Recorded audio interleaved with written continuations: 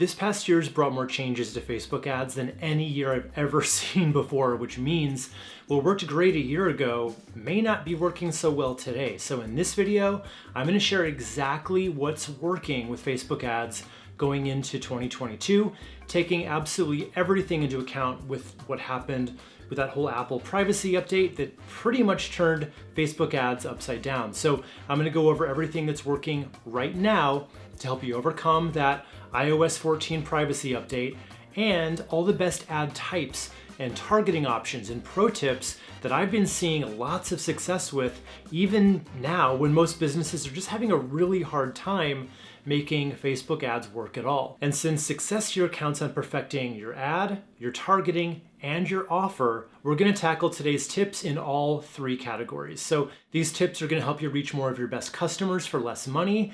And if you stick around till the end, I'm even going to share my exact proven Facebook ads funnel that kills it every time when you do it right. But before we get going, I'm just going to briefly explain what happened this past year that pretty much broke Facebook ads for most businesses. So in short, Facebook used to be able to really accurately track what their users did online. So whether you agree with that or not, that made it really easy for Facebook to just serve our ads up to the people that they thought would be most likely to take action on that ad. But Apple put a stop to that level of tracking, meaning that Facebook is really operating much more blindly now. So if they can't see who's clicking through to your website and converting into a customer on your website, they can't really optimize your ads to show to more people like those converters. But don't worry, we're definitely through the worst of it now because Facebook is super smart at problem solving. So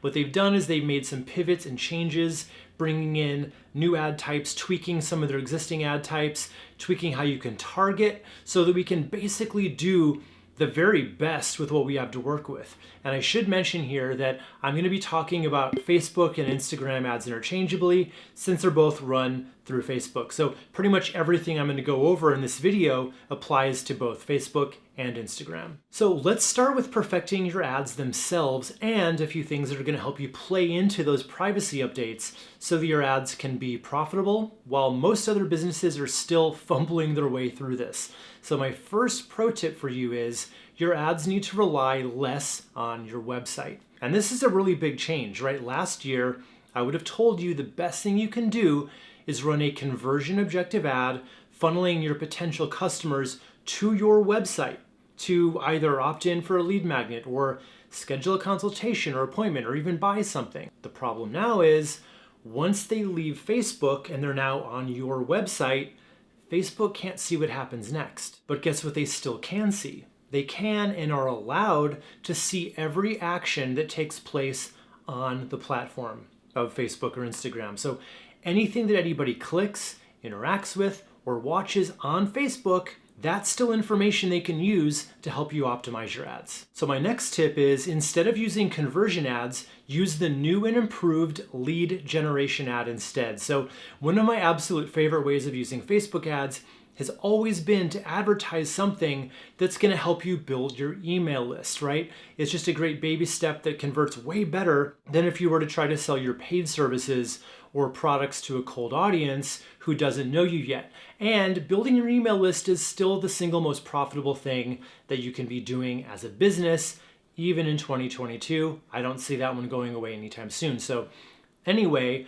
the old way of doing this on Facebook would involve an ad that would link up to a landing page on your website. So they'd have to click the ad to click through, leaving Facebook, and if they opted in and put in their email address on your website, Facebook would see that action through the Facebook pixel that's installed on your website.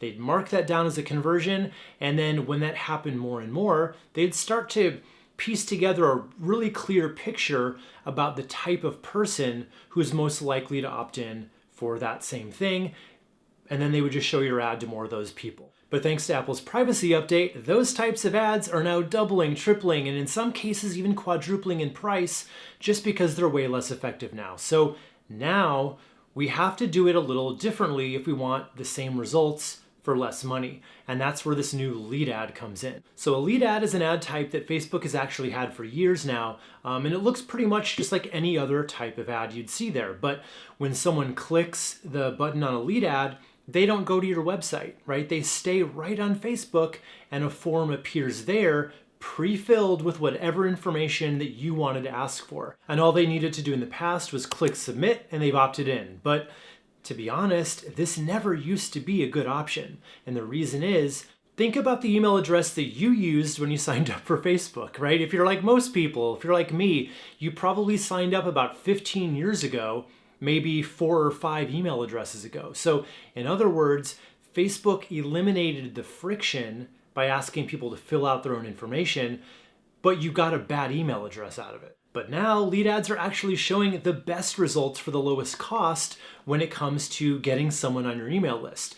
And lead ads aren't just for lead magnets and list building either, right? You can use them to actually schedule sales calls or appointments, or have people opt in for various offers in your business. The reason they're working better than conversion ads right now is that Facebook can actually see who's opting in, right? Because it's happening on Facebook or on Instagram. And when they can see who's converting, they can actually optimize that ad to be shown to the right people for the lowest cost. And they've also fixed that bad email address issue by letting people manually enter in their best email address. So this is honestly a huge opportunity if you're trying to build up your email list, and you should, by the way, because I'm seeing ad costs come down way lower than they were with standard conversion ads even before the privacy update. So I actually look at this like a blessing in disguise. So while we're talking about high-performing Facebook ads, let's move on to my next pro tip. Video is now non-negotiable, right? Video's been taking over the internet for years now, no secret there.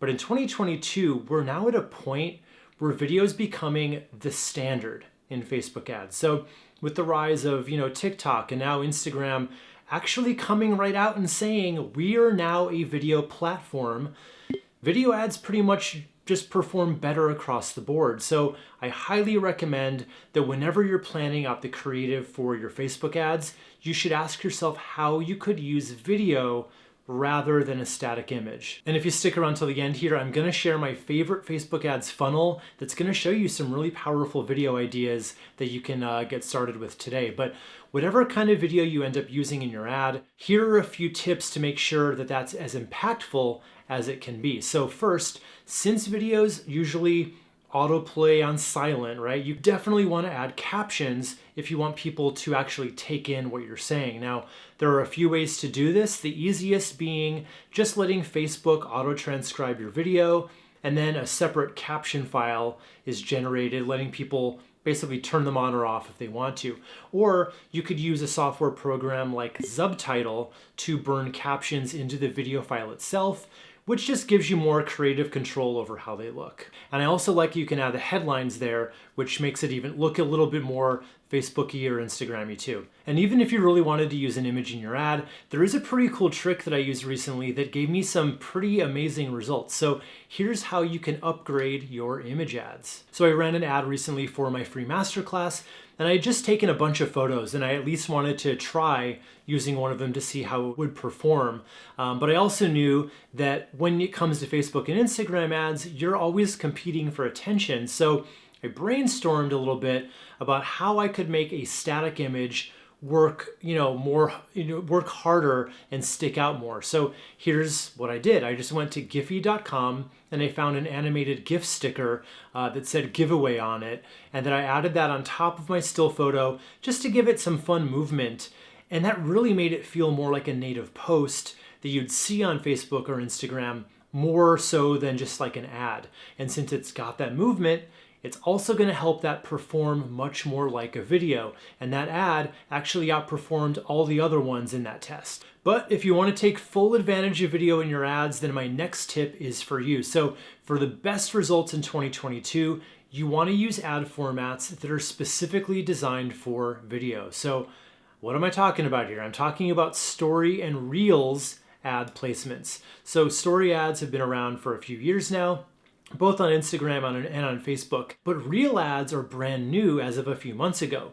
And anytime that there's a new ad placement, especially when that plays into the overall direction that Facebook is headed, you can bet you're going to get further reach for less money if you use it. So in fact, the head of Instagram, Adam Mosseri, actually came right out and said, we're no longer a photo sharing app. Then he went on to say they're experimenting with different types of video, full screen, immersive, entertaining, mobile first video, and he straight up called out TikTok and YouTube as competition. He said, people are looking to Instagram to be entertained. We have to embrace that. So it sounds to me like they're really pushing to reward video-based content, especially in this new Reels placement. And you can pretty much think of a Reel ad the same way that you think of a Stories ad, right? They're both shown in a vertical format, meaning you want to film it upright, not sideways.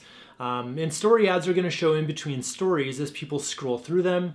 But Reels ads can be shown anywhere where you'd see organic Reels showing up. So that means, in the Reels feed, obviously, when you're scrolling through all those, but also you see Reels in the news feed too. And I want to address this. I don't want you to be scared when I talk about Reels. So you 100% do not need to keep up with all the new TikTok trends, like, the dancing and pointing at words on the screen. In fact, I think just talking direct to camera with or without music feels very at home within both Stories and Reels. You see it all the time, even in organic Reels, right? So you just want to make sure you either teach a quick tip if it's that more top of funnel ad that's just trying to get people to know, like, and trust you for the first time, or if you're actually selling an offer or a lead magnet, just tell them what it is, quickly sell the big benefit of it, and that they need to click to get it. And yes, I did say click with Reels and Stories because Instagram has gotten rid of the swipe up feature on Stories and replaced it with a link sticker now. So that's a really important change that's pretty new still. And this is also important. As of when I'm making this video, you can't actually create an ad that just plays as a Reel, right? They make you pick another placement too, but I'm sure as Reel ads become more and more popular, they're going to change that. So what I recommend here is running one ad and then just manually choose the following 3 placements: Reels, Instagram Stories, and Facebook Stories, and just run the same ad in all 3 places. So for Reels ads, you have up to 30 seconds, but here's a mini pro tip for you. I highly recommend keeping these ads closer to 15 seconds if you can. And while you're running all these ads that are meant to drive action, whether they're trying to sign people up to your email list or get people to book appointments, consultations, or even buy something on your website, there's a secondary type of ad that you should be running that's just going to help all your other ads be much more effective and much more profitable. So my advice here is to constantly run engagement ads. So let's just talk about what an engagement ad is, and then I'll tell you why it's so important to making all your other ads work. So an engagement ad is really just a top of funnel piece of content, preferably video, that you set up with an engagement objective, right? That's just meant to generate lots of likes, comments, and shares. It's not meant to take people off of Facebook. So this can be something informative like a tip or piece of DIY advice, or something inspirational showing what's possible, or even something entertaining as long as it's relevant to your business niche in some way. Think of these ads as How you doing? to your potential customers. And I gotta give credit for that in this whole tactic to my Facebook expert friend, Salome Shalak. She calls this the Joey Tribbiani ad for obvious reasons. And I learned from her recently that the reason you wanna run a few Joey ads like this is Facebook likes to see a lot of data on an ad account, right? They like to see activity, they like to see clicks, likes, shares, and an overall history. So without any data, ad costs are gonna rise, you reach fewer people, and you spend more to do it. And with that privacy update that stripped out a lot of data gathering, this is really a smart way to put some data back and season your account with lots of activity. And not only is this good for your account health, but you're putting yourself in front of a whole lot more prospects in the process. And the best part is, you can do this for just a few bucks a day. So if you take nothing else away from this video, I at least hope you're gonna start running one engagement ad this week to start feeding your Facebook ads account so that it's gonna be nice and primed by the time you're ready to go live with all your other ads. And remember, Facebook ad success depends also on your targeting. So in other words, the audience you choose to put your ads in front of. Now, again, the privacy update really affected targeting too, since they're operating much more blindly than they used to, and they can't follow people around the web nearly as freely as they used to. In the olden days of early 2021, we could hone in pretty tightly on a subset of people that we thought would be the best audience for what we're selling. But now, what actually works best is to advertise to a much larger audience and let Facebook's algorithm optimize and laser in on your perfect customers for you. So let's start with how you should be thinking about advertising to cold audiences now. And by the way, if you don't know the marketing lingo yet, a cold audience is just one who's never heard of you or your business before. They're cold. So you'll still select your audience demographics and general interests in the ads manager. That has not changed. But what has changed is you want to try to open your targeting up if you can do it. So I just had a coaching call with an online music teacher the other day he's using Facebook ads to sell parents on his live online music class for their kids. And he was telling me how much more expensive these Facebook ads have gotten recently. So when we looked into his targeting, he was getting really laser focused, right? He was targeting parents with kids who are preteens or teens, who also have an interest in summer camps and in music education. Now, that may have worked in the past. That was still probably too tight even in the good days. But now that is way too constrictive for the algorithm to do its job effectively. So my suggestion to him was to simply target parents of kids, the ages that he specializes in, and that's it, right?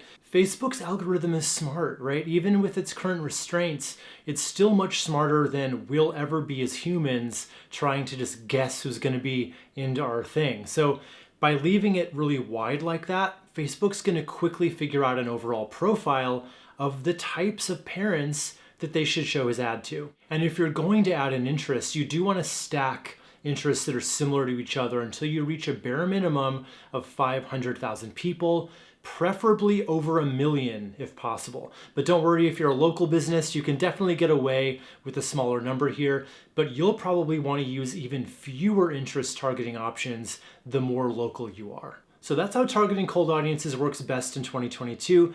Now let's talk about my favorite way to target people, which are lookalike audiences. So in short, a lookalike audience is just a large new audience that Facebook finds for you.